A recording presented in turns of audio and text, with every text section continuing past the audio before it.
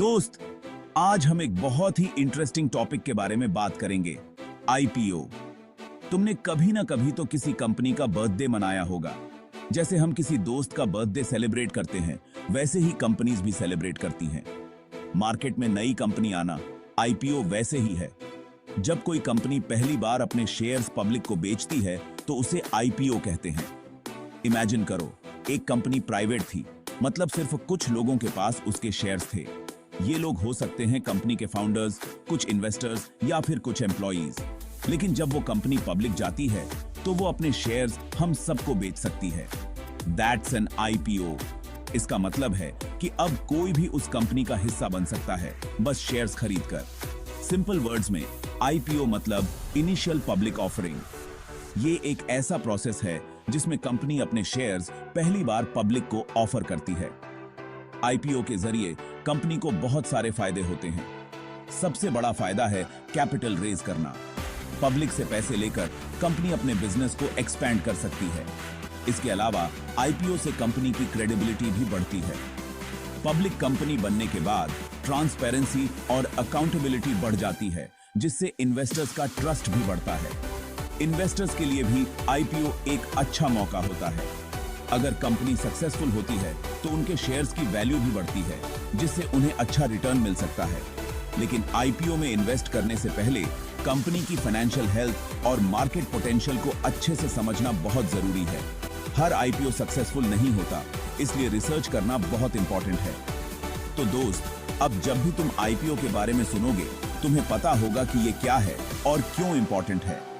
ये एक ऐसा मौका है जो कंपनीज और इन्वेस्टर्स दोनों के लिए फायदेमंद हो सकता है। उम्मीद है कि तुम्हें आईपीओ के बारे में ये जानकारी पसंद आई होगी। अगली बार फिर मिलेंगे एक नए टॉपिक के साथ। तब तक के लिए हैप्पी इन्वेस्टिंग। कंपनीज पब्लिक जाने का एक ही फंडा है, पैसा कमाओ। जब कोई कंपनी पब्लिक जाती है तो वो अपने शेयर्स स्टॉक मार्केट में बेचती है।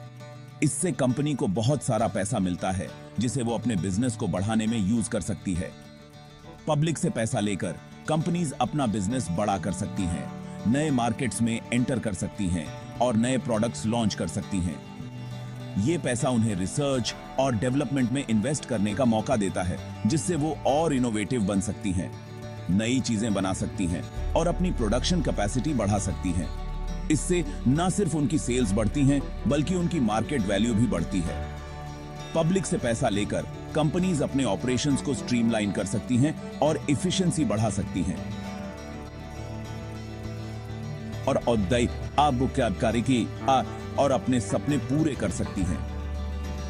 पब्लिक होने से कंपनीज को एक और फायदा होता है, उनकी क्रेडिबिलिटी बढ़ती है। जब कोई कंपनी स्टॉक मार्केट में लिस्टेड होती है तो इन्वेस्टर्स का ट्रस्ट उस कंपनी में बढ़ जाता है।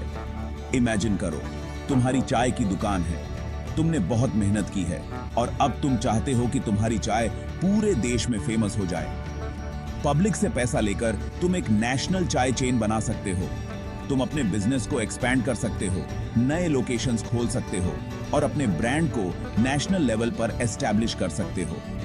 पब्लिक से पैसा लेकर तुम अपने सपनों को हकीकत में बदल सकते हो। मुंह से अनकी गिनाओ हो। पब्लिक जाना आसान नहीं है। कंपनीज को पहले एग्जाम्स देने पड़ते हैं, फाइनेंशियल ऑडिट्स, लीगल चेक्स, सब कुछ। सेबी जैसे स्ट्रिक्ट टीचर्स चेक करते हैं कि कंपनी सही से चल रही है या नहीं। बस इमेजिन करो, बोर्ड एग्जाम से भी मुश्किल।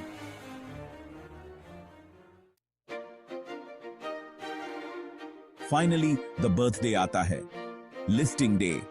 कंपनी के शेयर्स स्टॉक मार्केट पे लिस्ट हो जाते हैं, मतलब अब कोई भी इन्हें खरीद सकता है। यह दिन कंपनी के लिए बहुत इंपॉर्टेंट होता है। उनके शेयर प्राइस से पता चलता है कि मार्केट को उन पे कितना भाव है। सेक्शन 5, शेयर मार्केट का दंगल, आईपीओ में इन्वेस्ट कैसे करें। आईपीओ या इनिशियल पब्लिक ऑफरिंग एक ऐसा मौका होता है जब कोई प्राइवेट कंपनी पहली बार अपने शेयर्स पब्लिक को बेचती है। ये एक बड़ा फाइनेंशियल इवेंट होता है और इसमें इन्वेस्ट करना एक रोमांचक लेकिन चुनौतीपूर्ण काम हो सकता है। आईपीओ में इन्वेस्ट करना दंगल जैसा है। रिस्क भी है और रिवॉर्ड भी। जैसे दंगल में पहलवान अपनी पूरी ताकत और स्ट्रेटजी लगाते हैं, वैसे ही इन्वेस्टर्स को भी अपनी रिसर्च और प्लानिंग करनी पड़ती है। आईपीओ में इन्वेस्ट करने से पहले कंपनी की फाइनेंशियल हेल्थ, उसके बिजनेस मॉडल और मार्केट पोटेंशियल को समझना बहुत जरूरी है। पहले तो तुम्हें एक डीमैट अकाउंट खुलवाना होगा। डीमैट अकाउंट एक ऐसा अकाउंट होता है जिसमें तुम्हारे शेयर्स इलेक्ट्रॉनिकली होल्ड होते हैं। इसे खुलवाने के लिए तुम्हें एक स्टॉक ब्रोकर के पास जाना होगा, जो तुम्हारी मदद करेगा अकाउंट खोलने में। इसके लिए तुम्हें कुछ डॉक्यूमेंट्स जैसे पीएन कार्ड, आधार कार्ड और बैंक डिटेल्स की जरूरत पड़ेगी। फिर जब कोई कंपनी आईपीओ लॉन्च करे तो तुम उसमें अप्लाई कर सकते हो शेयर्स खरीदने के लिए। आईपीओ में अप्लाई करने के लिए तुम्हें ASBA application supported by blocked amount process का इस्तेमाल करना होगा। यह प्रोसेस इंश्योर्स करता है कि तुम्हारे बैंक अकाउंट में सफिशिएंट फंड्स ब्लॉक हो जाएं, ताकि शेयर्स अलॉट होने पर पेमेंट ऑटोमेटिकली हो सके। लेकिन याद रखो, डिमांड ज्यादा हुई तो सबको शेयर्स नहीं मिलते। आईपीओ में ओवर सब्सक्रिप्शन एक कॉमन फिनोमिनन है, जहां डिमांड सप्लाई से ज्यादा हो जाती है। ऐसे में शेयर्स का अलॉटमेंट प्रो राटा बेसिस पर होता है, यानी जितने शेयर्स के लिए अप्लाई किया है उसके प्रोपोर्शन में शेयर्स मिलते हैं।